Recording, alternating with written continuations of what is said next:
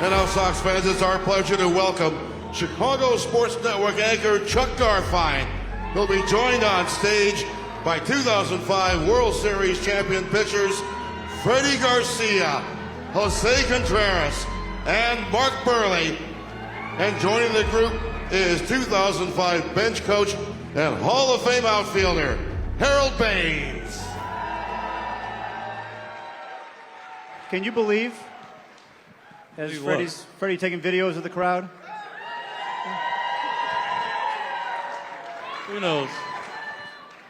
Can you believe it's been 20 years? You guys look like you could still pitch in the major leagues. I don't know. Not I. I mean, I could pitch, but I would get my rear end handed to me, I think. So. How hard can you throw right now?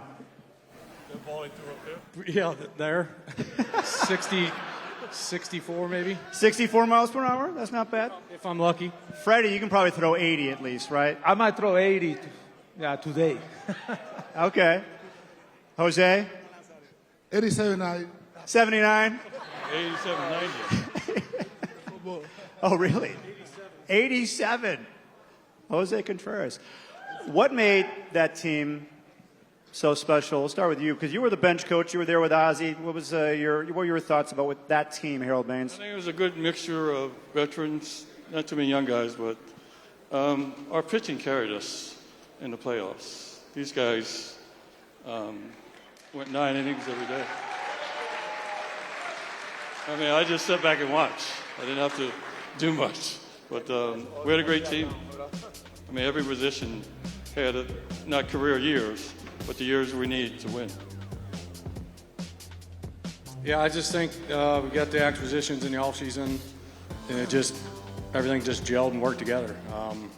I mean, every spring training you feel like, hey, this is our year, we're going to have a good team. You go out there and start playing, you suck the first month, and then you realize, okay, maybe this ain't our year. But it's just something with that. We just had something special. We were winning games that we shouldn't have. We'd win 1-0, 2-1. We got one hit up there, and we got 2 runs. You're like, how in the heck is that possible? But we just find a way to get on base. You move the guy over. We played little ball. Everything just fell into place for us. Well, for me, I got lucky to get traded to Chicago and win the World Series, with these guys. We like, a bunch of guys, love to play the game and show every day. And that was it. Okay, translation to what he just said, since he didn't speak.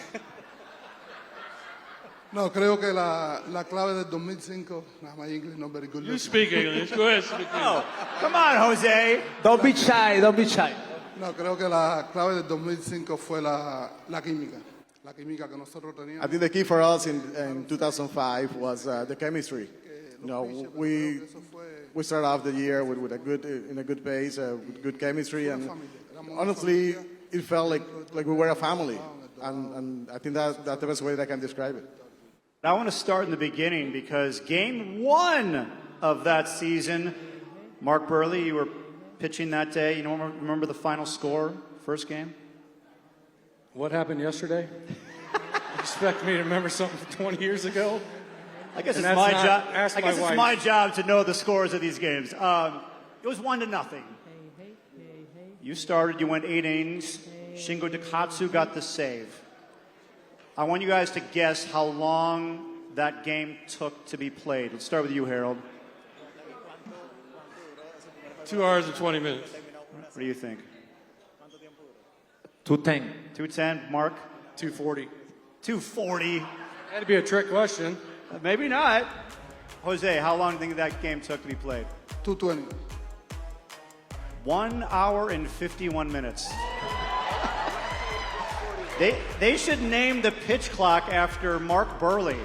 Well, the thing, he never checked AJ, never. So that's like amazing. Yeah, I know. So, I mean, I could spend all day up here with these guys, but I want to kind of jump ahead because we have 3 starters who are a part of the ALCS. And you guys know where I'm going here with this. It begins with Jose. You went into the 9th inning in game 1. And then after that, not a single reliever was used in the next 4 games. 4 straight complete games. Harold Baines, Hall of Famer, are we ever going to see this again? It's kind of hard to do that if you only pitch 5 innings. I mean, you have too many specialty relievers these days, so you're not, I mean, rarely you see anybody pitch 6 innings now, so I don't ever foresee that. All right, so it went Buehrle, Garland, Freddy, and then Jose with complete games. This is the craziest thing. It's game 3. You guys are leading 8-2 in the 9th. And Freddy, you didn't want to come out of the game, did you? Hey, it's no way 𝗭𝗟 take me out.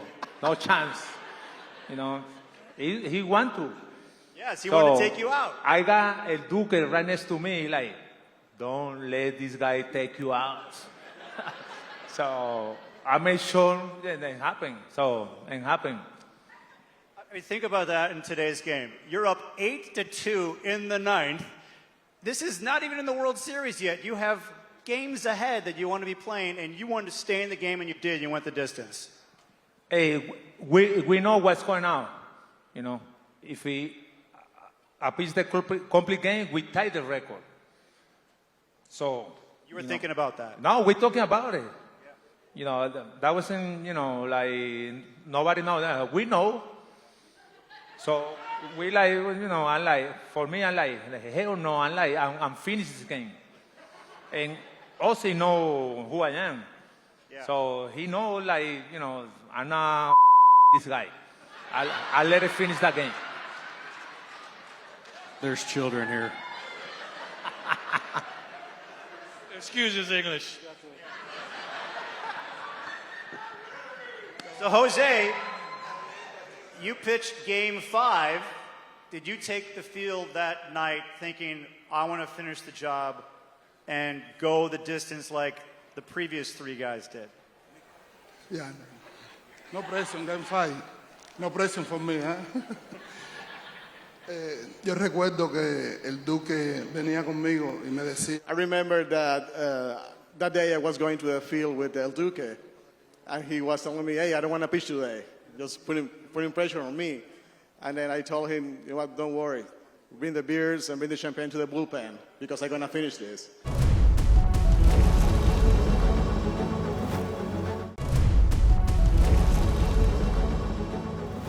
So, the White Sox go to the World Series. How amazing was that for all of you?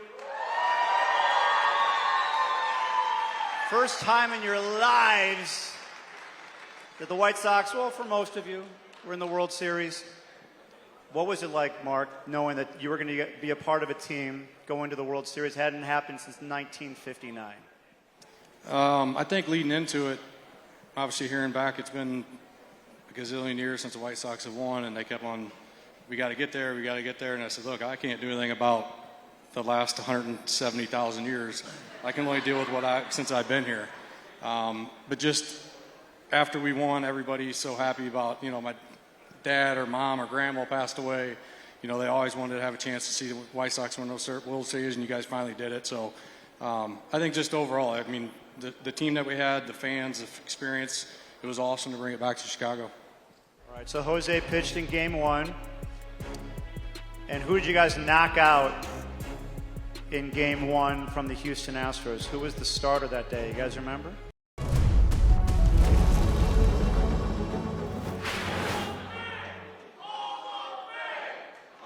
Oh!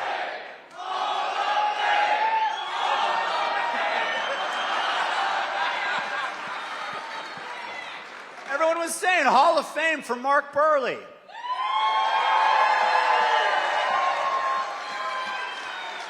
Now,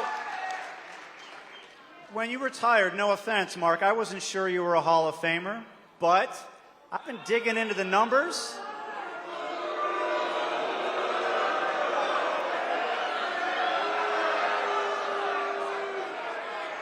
I said I wasn't sure, and then I looked into it. Mark Buehrle's a mother bleeping Hall of Famer. Come on!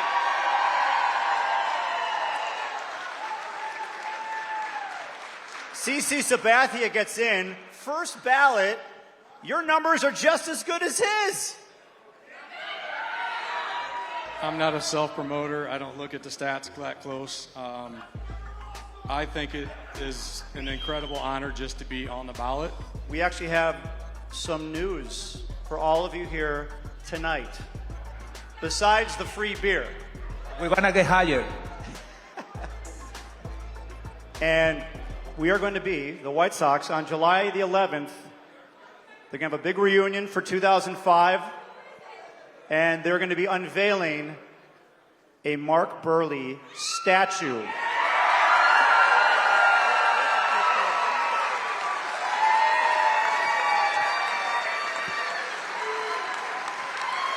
How about that? Believe me. What did that mean? That your jersey's already retired, but there's going to be a statue of you on the concourse. Yeah, obviously getting your number retired, you don't play this game for all that stuff. I went out and played it just to have fun, try to win games. All the other stuff kind of take care of itself, but you know, you get in a call that, hey, we're going to retire your number. I'm like, that's insane. And then Jerry actually called me, and his first words were, before you say no, I want you to hear me out. And I said, he's calling me to come to SoxFest. Like, they've gone that far, working up the ladder of who they got to get to try to come to SoxFest. And like, the owner's calling me to come to SoxFest, and he said, we would like to make a statue of you and put it at the ballpark. And I paused for a few seconds, and I'm like, how in the hell do I say no to that, Jerry? And he said, I know you like to be the center of attention and being up in front of people, so I just figured I'd ask. I said, no, that's, I mean, above and beyond. I don't even have words for it. I may have seen it today. I don't know if I'm allowed to say that. Well, you know I mean, what? it's in the works. Obviously, it takes a while, but I seen it. It looks amazing, and it's just a stupid, incredible honor. I mean, I don't have any words. We're not just copying a photo. We want to capture the personality, match details. The cap, his glove, custom made for him. These things keep you in the history. We want to be true to the history. We want to be true to the moment. We want people to look at it and remember that this is what they saw. Doesn't feel too long ago. Getting your number retired, and now they're going to put a statue up. It's crazy they're going to do this for me. I tried to go out there and give you everything I had. I know you guys showed me the love, and hopefully I showed you guys love back, so thank you. Give me goosebumps. That's awesome. So July the 11th, a 2005 World Series reunion and the unveiling of Mark Buehrle's statue. Cannot wait for that. Thank you guys for all that you did for the White Sox, 2005. And what a, oh, you want to say something, Jose? What do you got? Hey, quiero me traduzca bien ahora, no fallo una. And people don't know this, but I played in Mexico too.